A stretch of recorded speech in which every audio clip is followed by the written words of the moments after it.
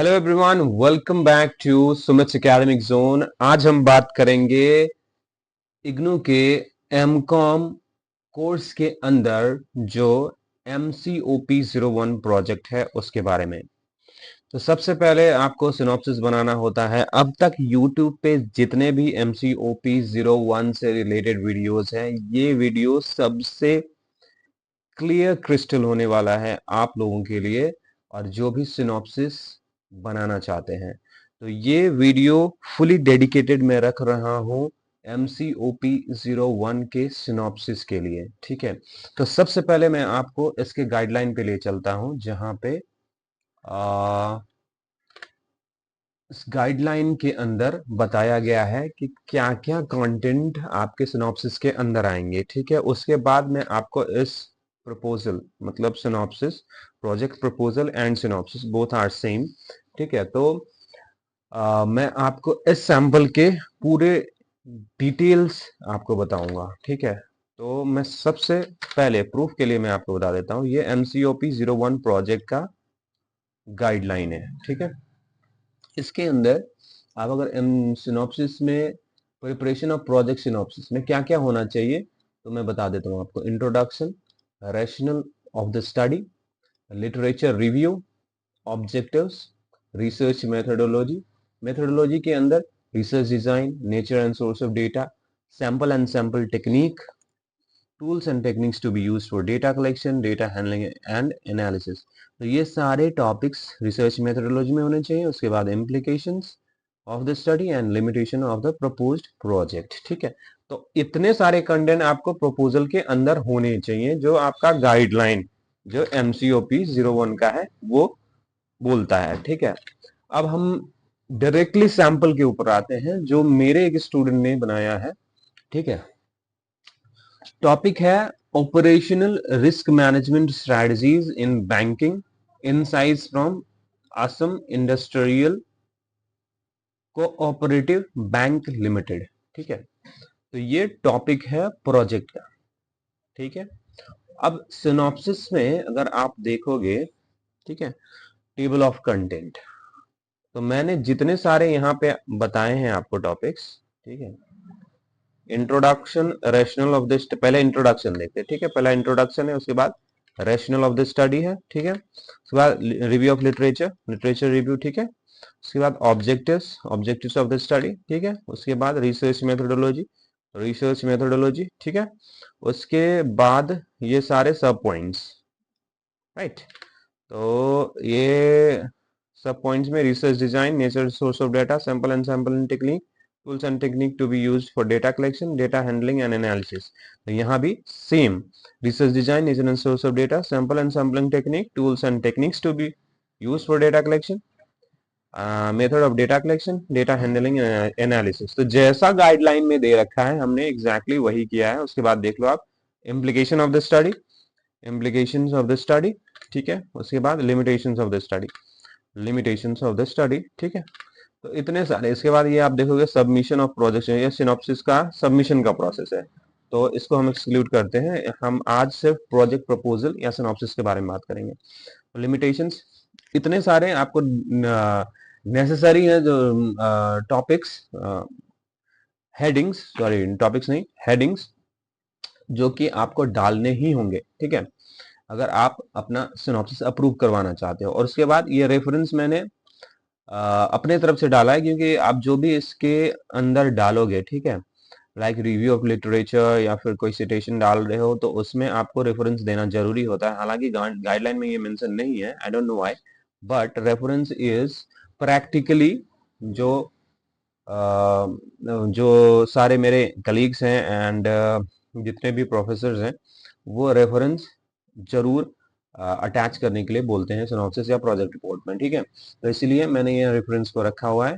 हालांकि ये पॉइंट्स, ये सारे पॉइंट्स गाइडलाइंस में मेंशन्ड है, आपको ऐसे ही बनाना है। ठीक है, एग्जैक्टली अब यहाँ पे आप देख लो इंट्रोडक्शन के अंदर। ठीक है, आपको ऐसे इंट्रोडक्शन लिखना है, लेकिन एक बात याद रखना, इंट्रोडक्शन आप जब भी लिख रहे हो सिटेशन के साथ लिखना। ठीक है, ये सिटेशन होने चाहिए, source of your information has to be attached. ठीक है, तो ये आपको ध्यान रखना है, हमेशा आप सिटेशन के साथ इंट्रोडक्शन लिखोगे, अदरवाइज आपका सिनॉप्सिस रिजेक्ट हो सकता है, ठीक है। देन सेकंड पॉइंट मैंने जो बताया गाइडलाइन के हिसाब से क्या है, इंट्रोडक्शन के बाद रैशनल, ठीक है। तो रैशनल ऑफ स्टडी, आप ये स्टडी क्यों कर रहे हो, ठीक है, वो आपको क्लियरली मेंशन करना है, ठीक है। आप जब स्टडी टॉपिक चूज करते हो तो वहां अपने आप से पूछना कि आप जो आप स्टडी कर रहे हो वो क्यों कर रहे हो, और रीजन आपको रैशनल ऑफ द स्टडी में मेंशन करना होता है, ये एकदम जरूरी है, ठीक है। अब रैशनल ऑफ द स्टडी के बाद हम रिव्यू ऑफ लिटरेचर पे आएंगे, ठीक है। रिव्यू ऑफ लिटरेचर क्या होता है, सबसे पहले मैं आपको डेफिनेशन बता दूं, what is review of literature, ठीक है। रिव्यू ऑफ लिटरेचर वो स्टडीज हैं जो ऑलरेडी आपके टॉपिक से रिलेटेड हैं और हो चुके हैं, ठीक है, जिसको आप पढ़ के ये पता करोगे कि कौन से एरियाज में ऑलरेडी स्टडी हो रखे हैं, ठीक है, और किस जगह पे स्टडी होना बाकी है। तो आप वहां पे रिसर्च का गैप ढूंढोगे कि आप कहाँ पे रिसर्च कर सकते हो, ठीक है। तो आपका ये रिसर्च थोड़ा नया होगा, जो कि जो कि ऑलरेडी स्टडीड हो चुके हैं, जो कि ऑलरेडी स्टडी हो चुके हैं, सेम स्टडी आप ना दोहराओ, ठीक है। तो रिव्यू ऑफ लिटरेचर ये होता है, ये आप बुक्स में ढूंढ सकते हो, इंटरनेट पे ढूंढ सकते हो, या किसी भी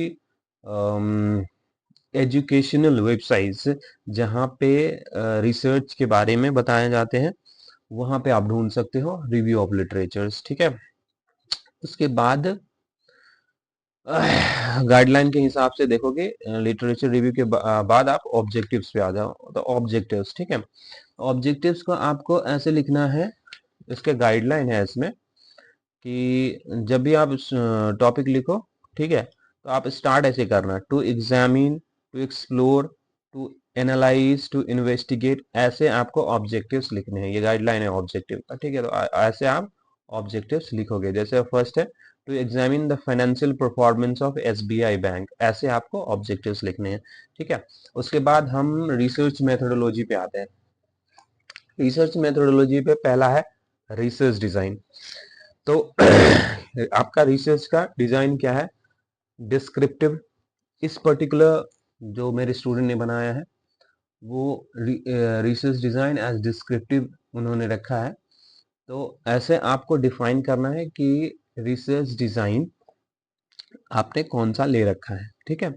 उसके बाद nature and source of data, तो इसमें आपको मेंशन करना है कि प्राइमरी डेटा आपका डेटा का सोर्स है, या सेकेंडरी डेटा आपका डेटा का सोर्स है, या दोनों आपने अपने स्टडी में ले रखा है। तो प्राइमरी डाटा हो गया, यदि आप सर्वे करते हो, ठीक है, इंटरव्यू करते हो, that would be the primary data for your project report. And जो ऑलरेडी अवेलेबल है इंटरनेट पे, बुक्स में, या कहीं किसी के एनुअल रिपोर्ट में, या एनीथिंग लाइक दैट डॉक्यूमेंट्स में, वो सेकेंडरी डेटा है। तो आपको ये ध्यान रखना है, nature and source of data आपको यहाँ मेंशन करना होगा। Then sample and sampling technique, ठीक है। अगर आपको किसी पर्टिकुलर टॉपिक पे डाउट है तो आप वहाँ पे वीडियो को पॉज करके आप उसके कंटेंट देख सकते हो, ताकि आपको पता चले कि ऐसे लिखना है, ठीक है। उसके बाद सैंपल एंड सैम्पलिंग टेक्निक, तो सैंपल एंड सैम्पलिंग टेक्निक में आपको ये डिफाइन करना है कि सैंपल आप जो चूज कर रहे हो वो कितना होगा, और कौन सा सैम्पलिंग टेक्निक आप यूज कर रहे हो। जैसे इसके अंदर देखो आप, a sample size of 100 respondents will be selected for study using the random sampling technique. तो इसमें जो यूज हुआ है रैंडम सैम्पलिंग टेक्निक, या यूज हुआ है, और 100 सैंपल रिस्पोंडेंट्स है, मतलब जो स्टडी का साइज है वो 100 रिस्पोंडेंट्स पे होगा, ठीक है। और उसके बाद सैंपल एंड सैम्पलिंग टेक्निक के बाद हम tools and techniques to be used for data collection. तो आपने 100 सैंपल्स चूज कर लिया, ठीक है। अब उसके बाद आप आगे क्या करोगे, डेटा कलेक्शन करोगे उन, अगर आप सर्वे कर रहे हो आप डेटा कलेक्शन करोगे, और डेटा आप कलेक्ट कैसे करोगे, that would be the very important question. तो उसके लिए आपको चाहिए क्वेश्चनर, ठीक है।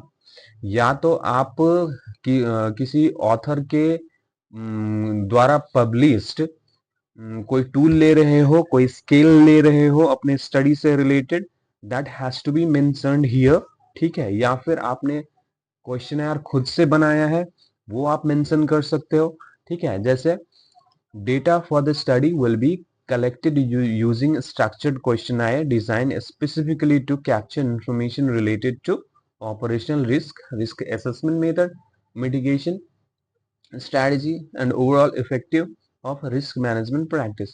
The questionnaire will consist of closed-ended question, linker scales and statement, and limited number of open-ended question to obtain both quantitative data and qualitative insight. So आप ये समझिए कि इस स्टडी में सेल्फ कंस्ट्रक्टेड क्वेश्चनर का use हुआ है, ठीक है, स्टडी के हिसाब से।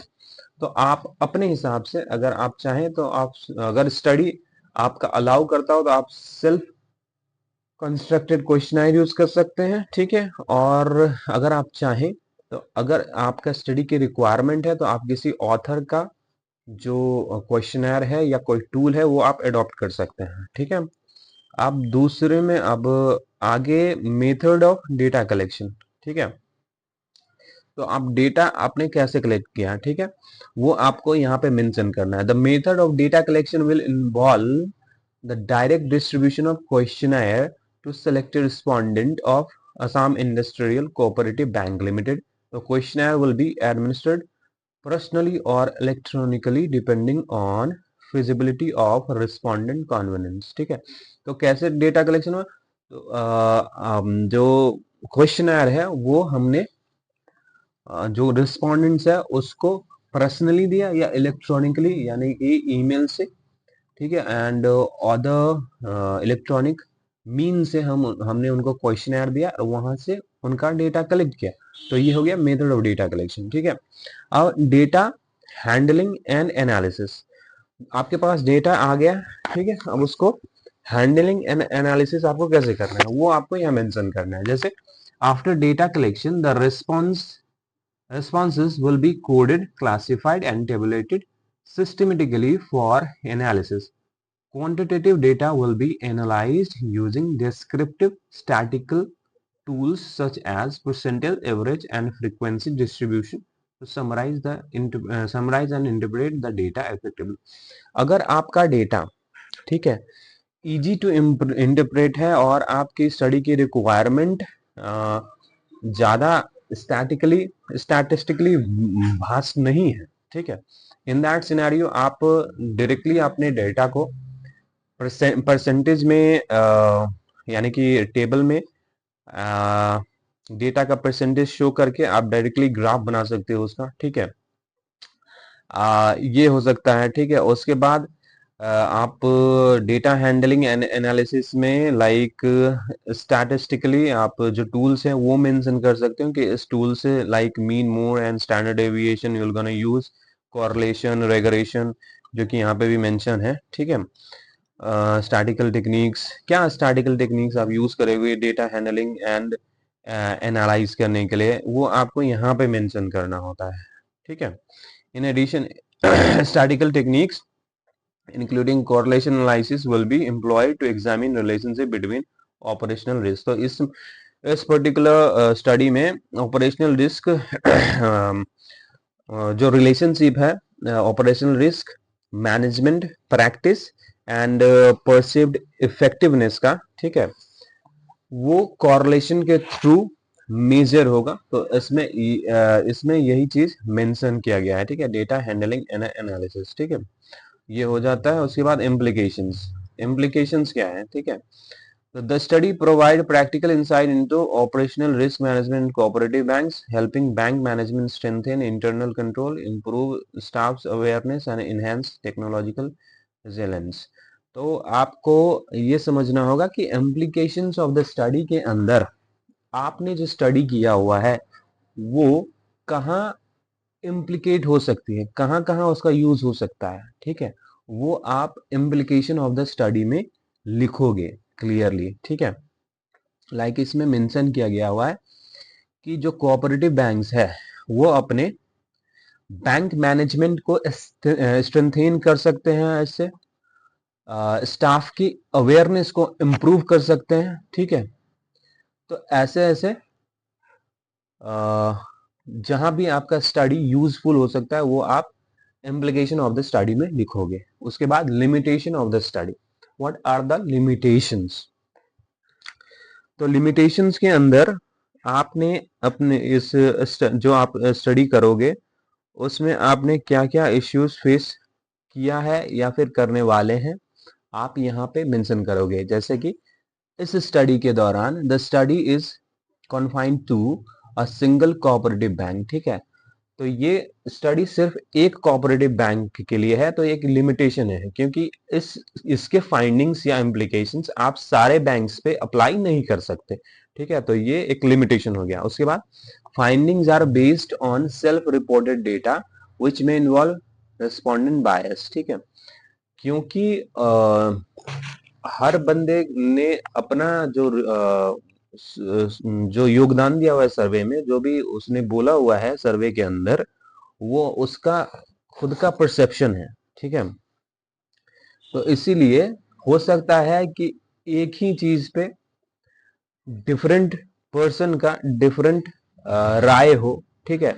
तो इसीलिए जो जो फाइंडिंग्स हैं, ठीक है, सर्वे का, वो बायस्ड हो सकता है, ठीक है। या फिर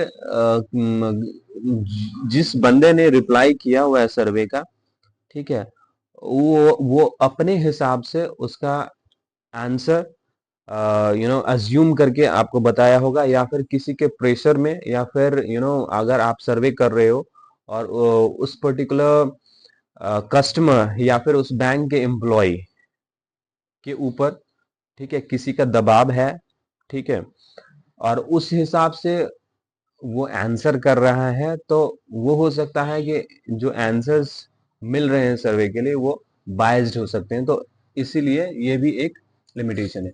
rapid regulatory and technological changes में affect the long term relevance of the result, ठीक है।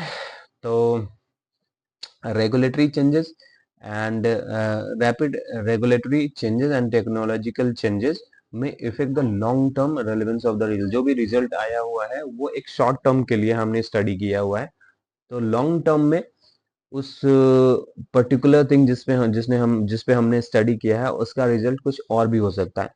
तो ये कुछ लिमिटेशंस हुए जो कि इस स्टडी को कंडक्ट करने में रिसर्चर ने झेले थे, ठीक है। अब जो लास्ट पॉइंट है वो रेफरेंस का है, ठीक है। तो जो भी आपने इसमें सिटेशन यूज किया है, रिव्यू ऑफ लिटरेचर यूज किया हुआ है, सारे के रेफरेंस इन एपीए फॉर्मेट आपको रेफरेंस के अंदर डालने होंगे as per the IGNOU guideline, ठीक है। एपीए फॉर्मेट में आपको होना चाहिए यहाँ पे। तो ये इतने सारे मैंने जितने भी इसकी गाइडलाइन के अकॉर्डिंगली मैंने आपको सारा इंफॉर्मेशन MCOP01 प्रोजेक्ट के लिए बता दिया है, ठीक है। अगर फिर भी आपको कोई इश्यूज है प्रोजेक्ट प्रपोजल या फिर सिनॉप्सिस बनाने में या फिर प्रोजेक्ट बनाने में, तो आप हमसे कांटेक्ट कर सकते हैं। We will make it for you, okay. इस वीडियो में इतना ही, मिलते हैं अगले वीडियो में। Have a wonderful day.